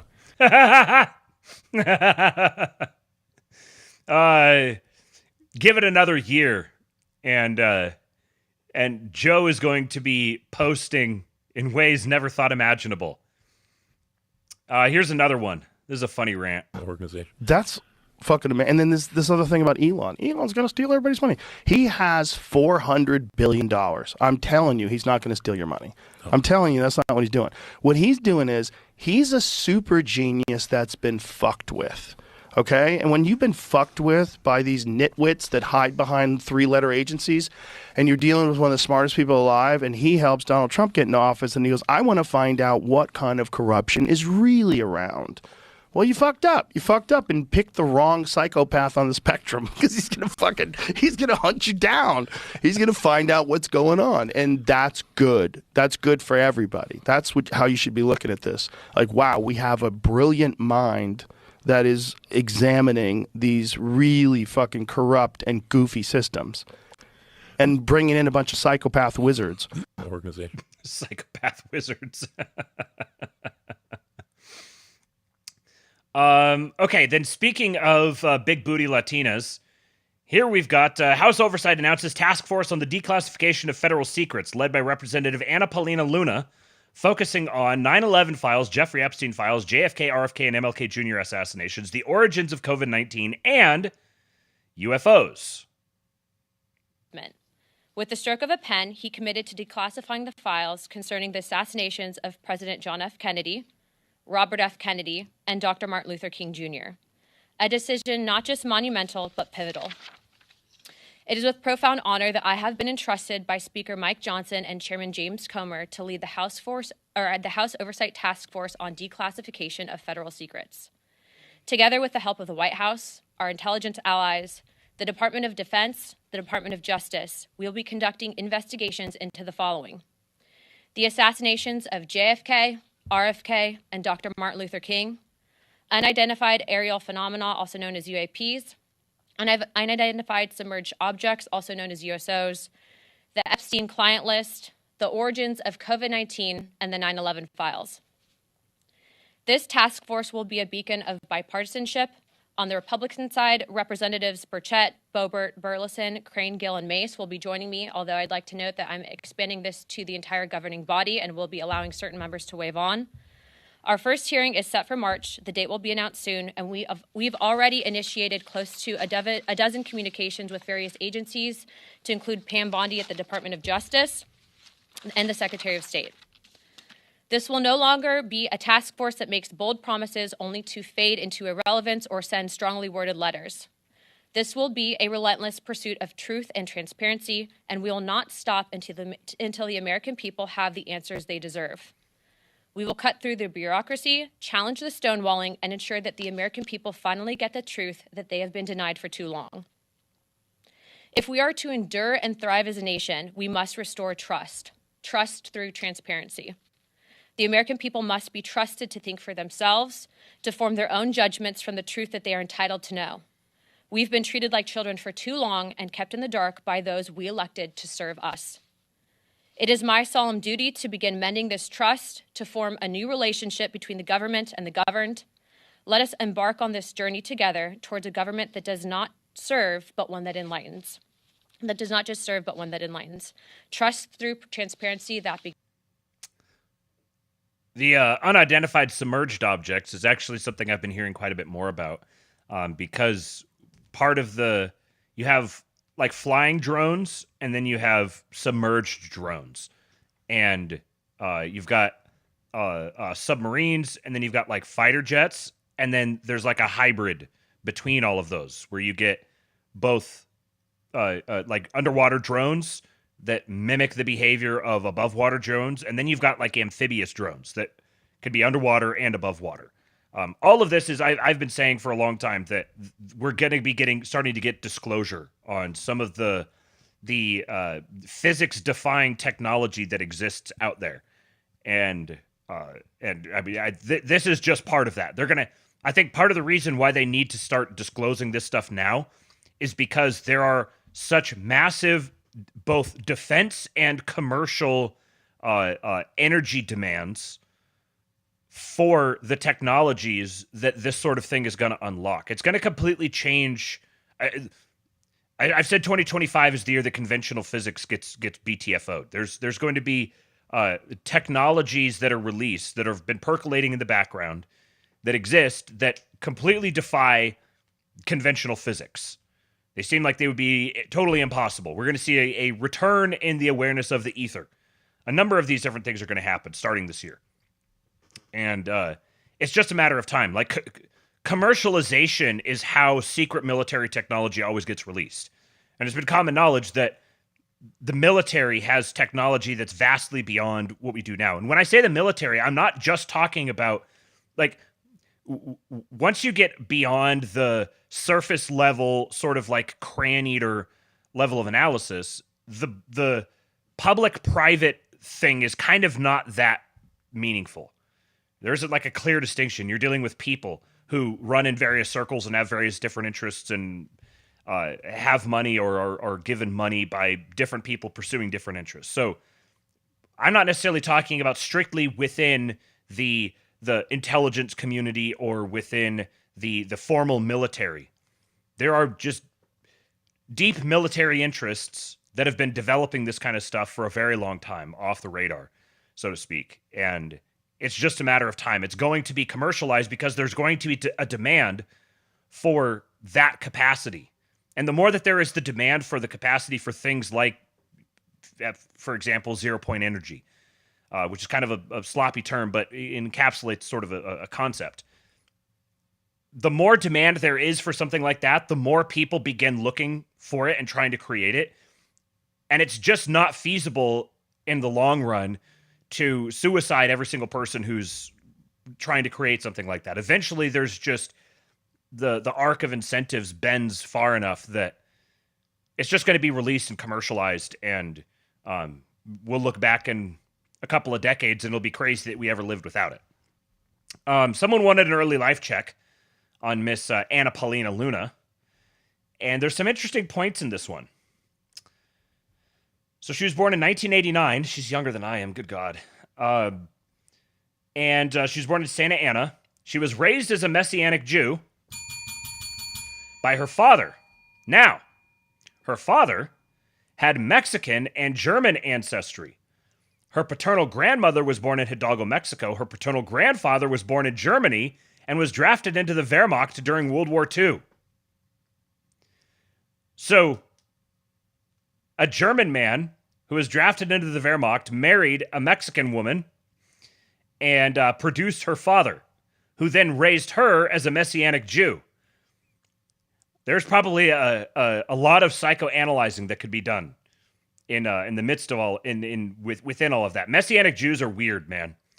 They're that's one of, they're really more Protestant than they are Jewish, but they're just a very weird category.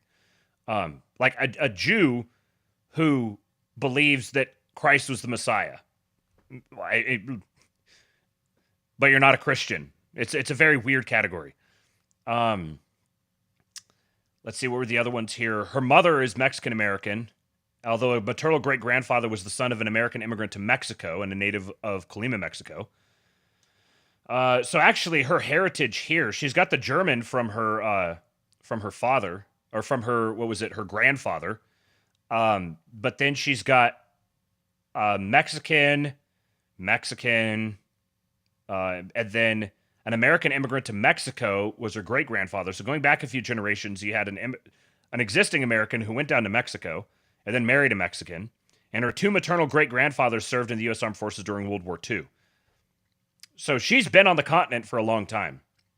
Raised in L.A. Airfield management specialist in the Air Force. Modeled. Appeared in a Sports Illustrated online site. Worked as a cocktail waitress in a gentleman's club. Swimsuit model in Maxim.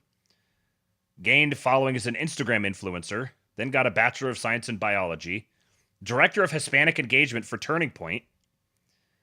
In a 2018 Fox News segment, she compared Hillary Clinton to herpes. I don't know how I didn't get that. I missed that. Yeah,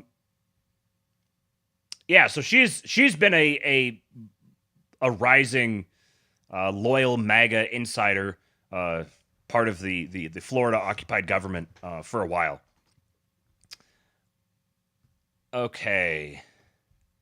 So there was another very interesting statement she made in this press conference in answering questions afterwards. A rather monumental declaration coming from a member of Congress. What's your priority list? Because Epstein, 9/11. Our first investigation will be announced, but it's going to be covering on a thorough investigation into the John F. Kennedy assassination. And I can tell you, based on what I've been seeing so far, the initial hearing that was actually held here in Congress was actually faulty in the single bullet theory. I believe that there were two shooters, and we should be finding more information as we are able to gain access into the SCIF, hopefully before the files are actually released to the public. Two shooters. All of the we're gonna really see a comeback of all the JFK conspiracy people. I mean, I've spent my time going down that rabbit hole and then just kind of came to the conclusions that I needed to come to, and whatever. I don't really care ultimately, but it'll be fun. It'll be fun to find out what sort of things get released. My expectations are not high. I think if you're thinking this is going to be the thing that breaks the tide and you know, measure your expectations. We're going to find out whatever we're allowed to find out, and you just need to accept that we're never going to know the whole story on everything. But what we do find out is going to be different. It's going to change things. That's why they're going to release it, is because there's going to be some things that change, and new stories are going to be able to be told. Okay, another story. I played this video for you guys a couple months ago. This EPA advisor who said that they have an insurance policy against Trump funneling billions to climate organizations. He said, "We're throwing gold bars off the Titanic." Now, Lee Zeldin, the new administrator of the EPA, brought this back up again a couple days ago and said the gold bars are tax dollars, and throwing them off the Titanic means the Biden admin knew they were wasting it. I've directed EPA to put on their scuba gear and help me find the gold bars. And then, yesterday, a day later, he said, huge news. Our awesome team at EPA just located billions of dollars worth of gold bars that the Biden admin threw off the Titanic. Big update coming tomorrow. Now, let me just double check here real quick and see if he has posted any big update today. He hadn't as of the last that I looked. Nope, most recent tweet was 22 hours ago. He did say that the EPA will not be renewing their membership with Politico and Politico E&E, saving the American taxpayers $500,000 a year. Woohoo! So no, we haven't gotten any big update just yet, but some speculation here, one of it from Oilfield Rando. He says, I'm going to have a 12-hour hard-on if Zeldin claws back the $20 billion Biden stashed at Citibank for the Democrats' GHGR slush funds. This would be the greenhouse gas reduction slush funds. And Parker Thayer here says, in my expert opinion, billions can mean only one thing, folks. Zeldin is canceling the multi-billion-dollar grants the Biden EPA issued to establish, quote, green banks that would invest in green energy companies owned by Democrat megadonors.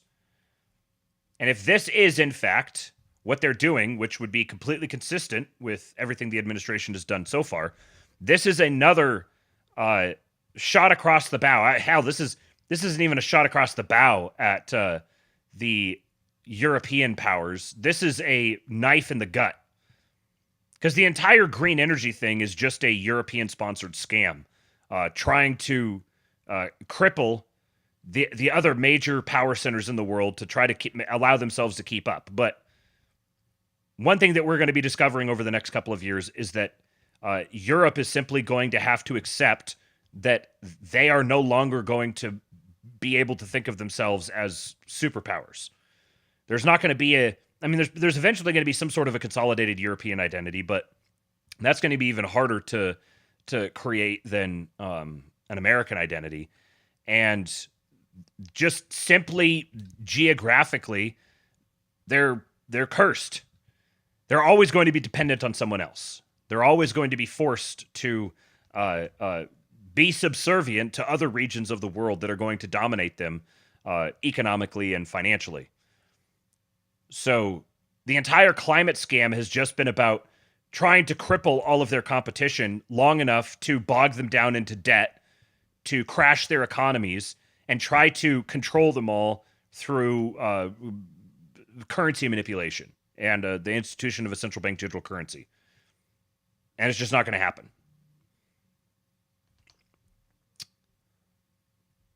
In a related effort, I'd like to remind you guys let me lay a little bit of groundwork here for the Ukraine news. Yeah. Vorpal Anvil says, I can hear the AA crew seething on the twatter now. Yeah, they don't want to hear this. I think this is probably talking like this is what got me unfollowed by AA. So this was from, this is reposted here by Bad Hombre. It says, Samantha Power, Biden's USAID administrator, boasted about shipping a mobile power plant big enough to power 100,000 homes, 1,700 generators, and 360 heating shelters to Ukraine for a cost of $1 billion. Meanwhile, North Carolinians froze in tents. States is surging support. USAID just delivered a mobile power plant big enough to power more than 100,000 homes. Manufactured by General Electric in the United States and flown from Arizona to Ukraine to power hospitals, schools, and critical infrastructure. Since the start of the war, USAID has delivered more than 1,700 generators, 16 kilometers of steel heating pipes with 70 more on the way, 60 excavators to repair damaged infrastructure, more than 360 civilian heating shelters, and much more. The resilience of the Ukrainian people has inspired the world. We are committed to strengthening the resilience of Ukrainian infrastructure too, so that Ukraine can keep standing strong. States is surging. This woman needs to hang. She's one of them.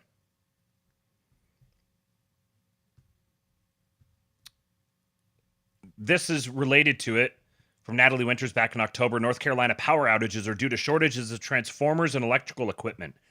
The White House recently signed a $422 million energy assistance deal with Ukraine, giving them materials needed by North Carolina right now, including over 1,000 generators, 11 auto transformers, 460 tons of transformer oil, 495 instrumental transformers, 203 power transformers, and billions more in aid. And note, there's your USAID right there. And, oh, hey, shout out to Wit.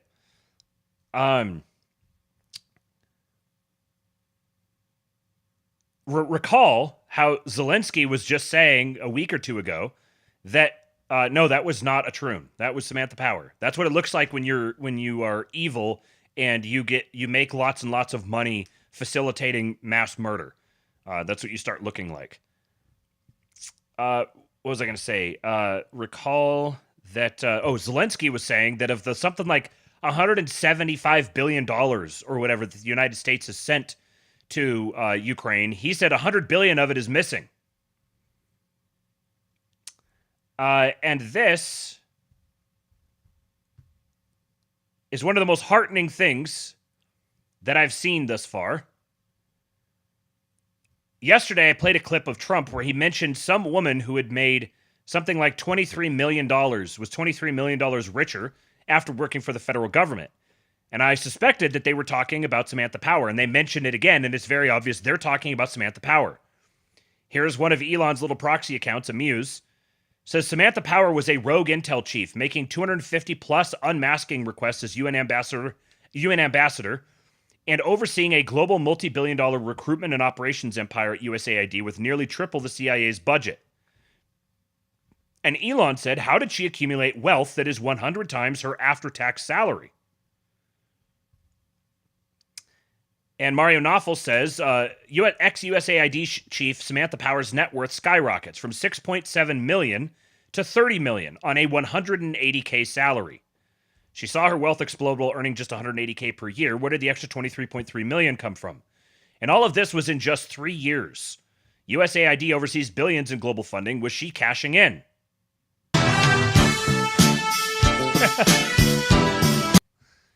Anything to get the clicks. I can't critique them too much. And then there's this. This clip was going around the other day. Tucker talking about Ukraine with Colonel Daniel Davis. Second fact, not guess, fact is Ukrainian military is selling a huge percentage, up to half of the arms that we send them. Half. And I'm not guessing about this. I know that for a fact, okay? Not speculation. And they're selling it, and a lot of us winding up with the drug cartels on our border.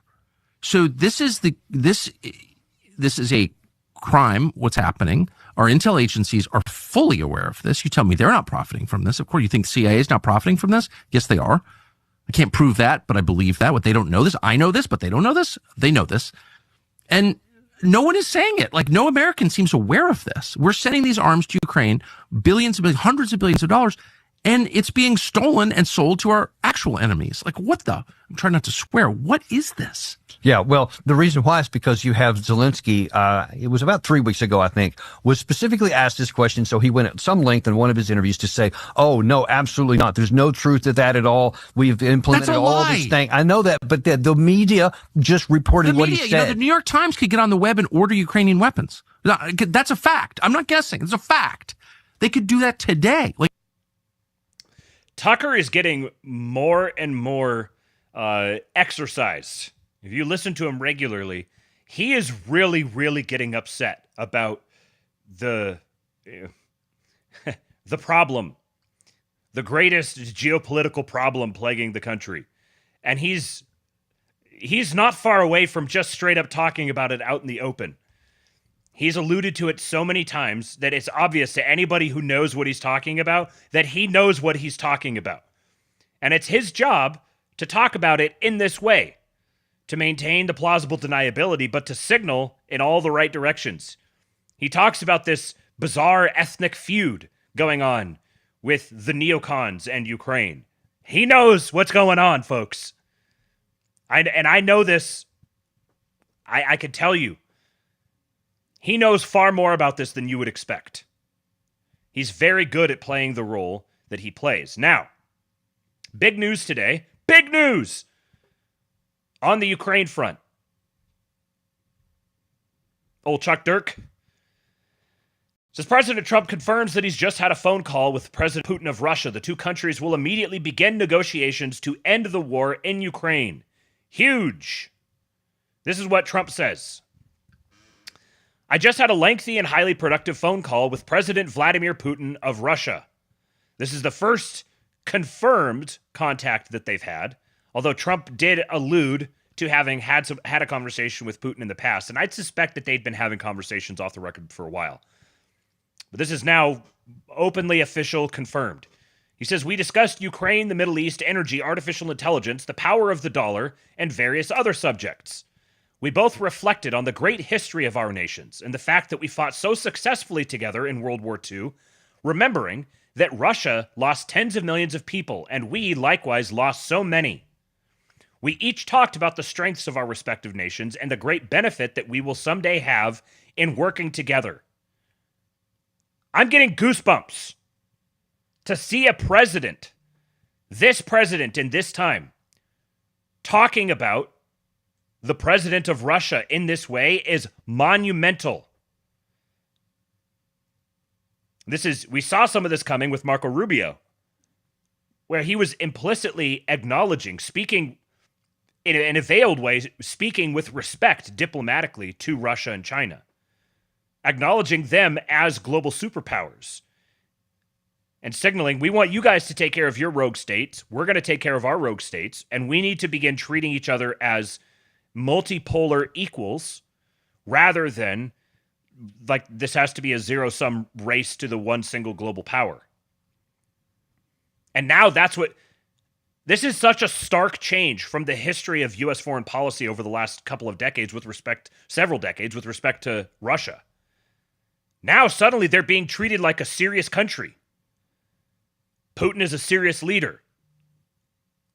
These aren't some like bizarre subhuman species that is completely inexplicable, and it's it's like a gas station. What is it they say, like a gas station with a military or something? No, they lost tens of millions of people. We have a history of working together, and he's talking past the close, the great benefit we will someday have in working together. The US and Russia are natural allies. The only reason that they would ever be at odds with one another is because, as has happened many, many times, various European powers pit them against each other. Otherwise, they have no reason to be at odds. They have no quarrel with one another, particularly if both recognize this new multipolar age. But first, back to Trump's tweet, but first, as we both agreed, we want to stop the millions of deaths taking place in the war with Russia/Ukraine. President Putin even used my very strong campaign motto of common sense. My very strong campaign motto. He's the one who introduced the term common sense. We both believe very strongly in it. We agreed to work together very closely, including visiting each other's nations. Meaning, Putin is going to come to the United States. And Trump is going to go to Moscow. We've also agreed to have our respective teams start negotiations immediately. And we will begin by calling President Zelensky of Ukraine to inform him of the conversation, something which I will be doing right now. So Zelensky gets to find out about the conversation after the rest of the world. The negotiations are happening between Russia and the United States. Zelensky is a passenger, which is an implicit acknowledgement that this war was being prosecuted between Russia and the United States. And the United States is washing their hands of it and withdrawing. Yes, we played this role. We're going to participate. We're going to lead the charge in the negotiations, and we're going to pull out. I've asked Secretary of State Marco Rubio, Director of the CIA John Ratcliffe, National Security Advisor Michael Waltz, and Ambassador and Special Envoy Steve Witkoff to lead the negotiations, which I feel strongly will be successful. Millions of people have died in a war that would not have happened if I were president, but it did happen, so it must end. No more lives should be lost. I want to thank President Putin for his time and effort with respect to this call, and for the release yesterday of Mark Fogel, a wonderful man that I personally greeted last night at the White House. I believe this effort will lead to a successful conclusion, hopefully soon. And we have here signaled as Cigar and Jetty says, a tectonic shift in U.S. policy from our Secretary of Defense. Look how handsome he is. The United States does not believe that NATO membership for Ukraine is a realistic outcome of a negotiated settlement. Instead, no NATO membership. That is not a realistic outcome of a negotiated settlement. NATO membership for Ukraine, off the table.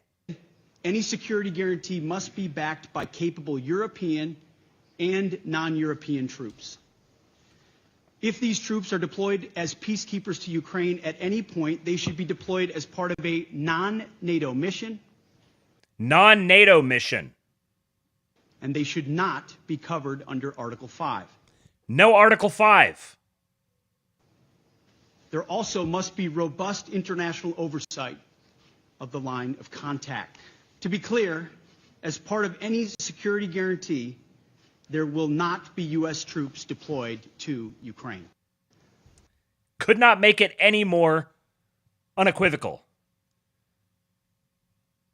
And Jetty says, official declaration that a return to 2014 borders is unrealistic. NATO membership for Ukraine is off the table. Only European troops will be considered for peacekeeping forces.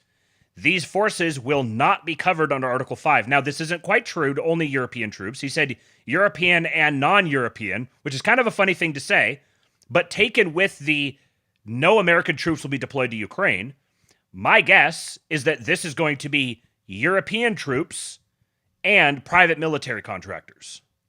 That would be my guess.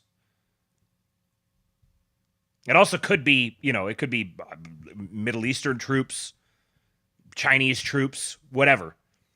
So the United States is going to run point on the negotiation, but ultimately, the outcome of the negotiation is Ukraine will not join NATO, Article 5 will not be invoked, and the United States will not be sending troops and not be involved.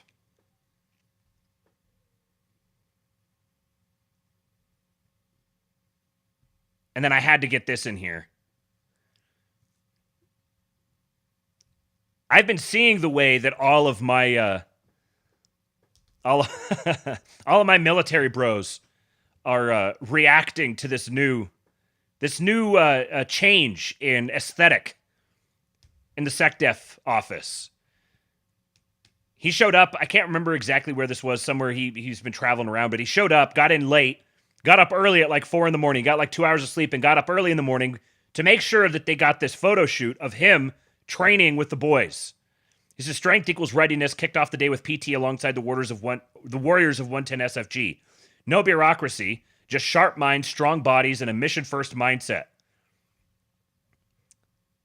After like decades of having secretaries of defense that are just stuffy old eggheads, having a dude out here just throwing it down with the guys just makes me feel energized. I'm not even in the military. I have got some family that was, but I've never been in the military. I tried to, but didn't work out. This even gets me jazzed. Now, Slutty Milk noticed it. Look at this bro right here. Look at this guy. Look at this absolute tank of a man. I think this is the guy. They use this guy's forehead to break down walls. Oilfield Rando says that feeling when you realize America is back.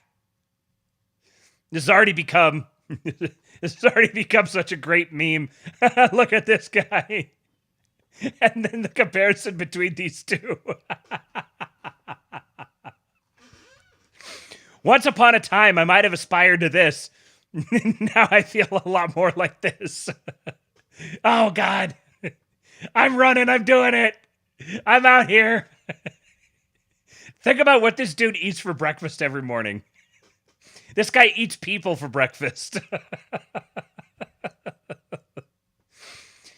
Oilfield Rando says it's important to get that guy out and exercise him every day to prevent losing him to colic. Whatever his vet bill is, it's worth it.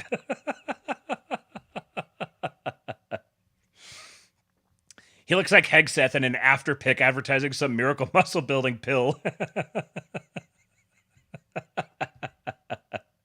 We're gonna fucking kill you.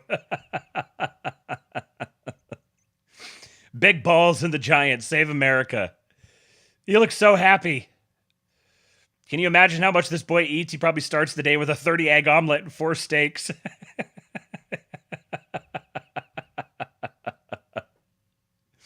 And then look at this guy.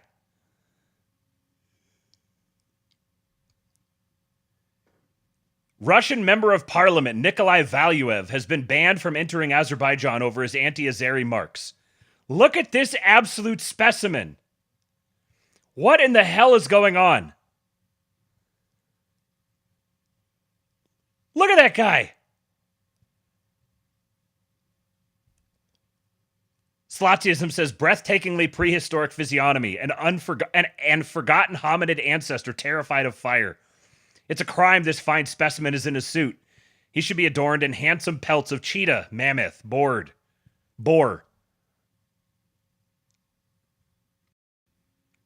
Grug or glonk. Look at that guy. Send him in for negotiations. Looks like the kind of guy who'd take a baseball bat to the skull and break the bat. And then you'd cartoonishly keep finding things to hit him with, and every single one would shatter until he just stands there unfazed. Oh, man, he was a boxer. Holy crap.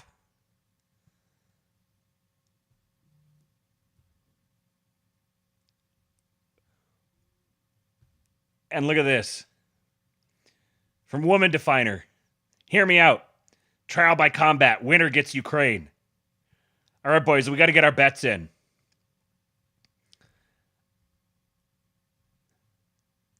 He's 7 feet tall. Holy crap. All right. As an American, I need to see this movie now. I need to see the movie between the 7 foot tall, grug maxed Russian boxer and the delighted corn-fed Iowa boy. What a time we live in. All right, folks. Well, that is all that I have for you guys today.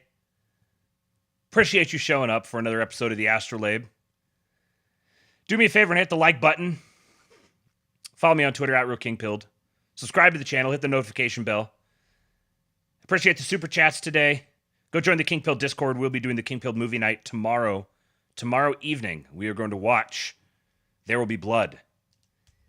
And one last reminder, if you're in the live chat, click the link at the top, answer the X poll, and repost it. I want to see, we got 102 votes while the show's been going. And this has to do with how much audio or how much music versus spoken word content you listen to. So do me a favor, signal boost that, answer it, let me know what you think. And yeah, I think that's all I got. Hit the like button. Oh, another super chat. $5 from Jackalope. He says, I'm officially convinced they thawed this guy out of the ice. Yeah. I think he probably rides to work on a woolly mammoth. Wit says, you see there's a new Tucker Carlson documentary coming out. I don't know if I did see that. I'm going to have to go check. All right. That's all I got. I give you Hulk. When they took a shot at my hero and they tried to kill the next president of the United States, enough was enough.